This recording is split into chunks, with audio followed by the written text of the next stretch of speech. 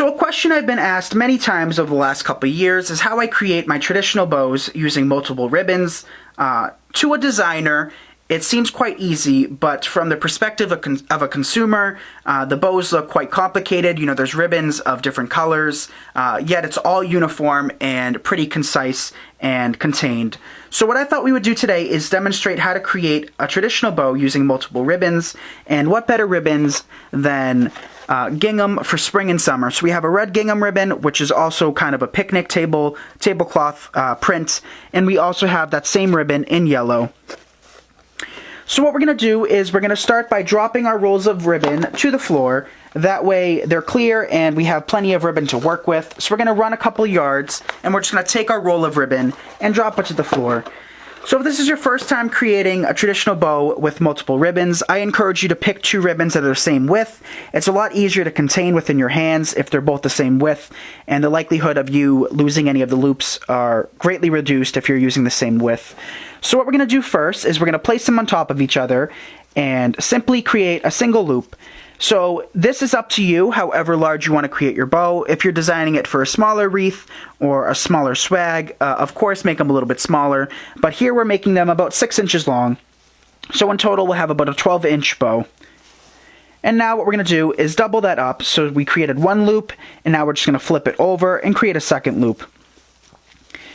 Also, I want you guys to keep in mind, this is double the amount of ribbon that you typically would create to create a single traditional bow. Even though the loops are placed on top of each other, don't let that confuse you, because when you open them up, you'll have double the amount of loops on either side. So even though we have 2, in actuality we actually have 4 loops, because we have 2 of the red and 2 of the yellow on either side. So now what we're going to do is we're going to take our ribbon in the middle, exactly where we're holding it, and pinch it, so that the red side in this case is facing up, like that. And then when you gather them in the middle again, the yellow side is revealed once more. So basically we're completely twisting the ribbon around to the side that we don't want showing, and then when we gather it again together in the middle, they're equal. So since we are creating a traditional bow, I encourage you guys to make them as close in size as possible, especially if you're just starting out. If you feel more comfortable measuring them out, by all means you can certainly do so. But once you get the hang of it, these bows are extremely easy to create. There's no difference truly between this and a single ribbon bow. But people just get confused because they see 2 different ribbons contained within one bow. So again, we're going to twist, gather again. And the amount of loops depends on what kind of bow you're trying to create. If you're trying to create a more airy, open bow, less loops. That way you can incorporate greenery and florals around the loops. But if you're trying to create a stately bow that might be placed directly in the middle of a wreath, I encourage you to do more loops. So keep pinching in the center, twisting completely around, and gathering. Sometimes your loops will get a little separated, and that's okay as long as they're roughly the same size. So we're going to be doing 5 loops on either side. So in total, we'll have 10 loops on either side and 20 loops in total. Pinch, twist, gather. So we have 1, 2, 3, 4. 1, 2, 3, 4, 5. So we have 1 more to create. Pinch, twist,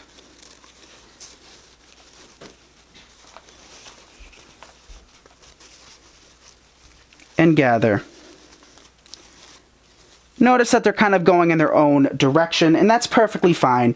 Now what we're going to do is we're going to cut about a ½ inch of an overhang, and that's just in case our pipe cleaner gets loose. By having that little leverage, in case the pipe cleaner gets a little loose, we still have a little leeway so our bow doesn't go completely apart. So now what we can do is just take a length of ribbon. In this case I'm not measuring, but I'd say at least for this size bow, at least 12 inches hanging down on either side.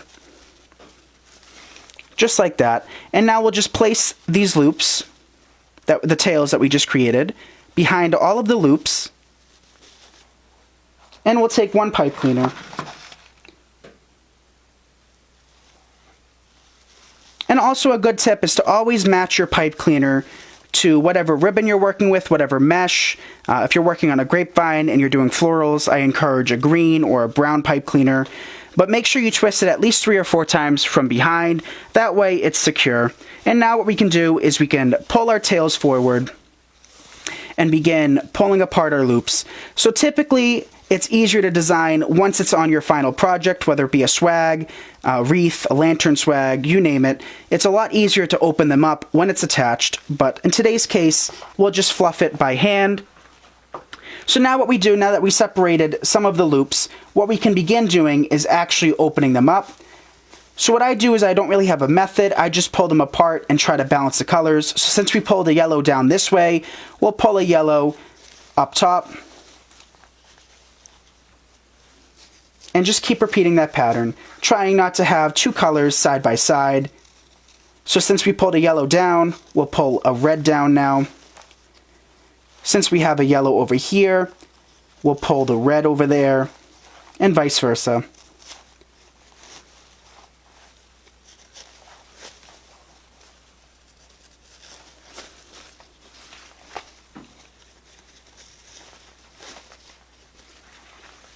Okay.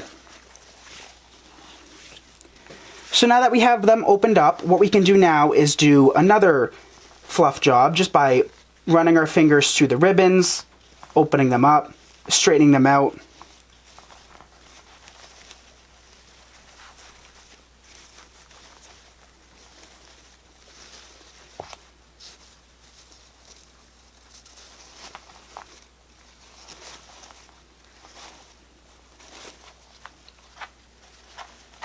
Find our pipe cleaners in the back.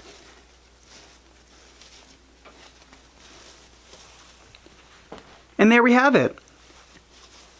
And like I said before, it's a lot easier to begin fluffing them once it's attached to the final product.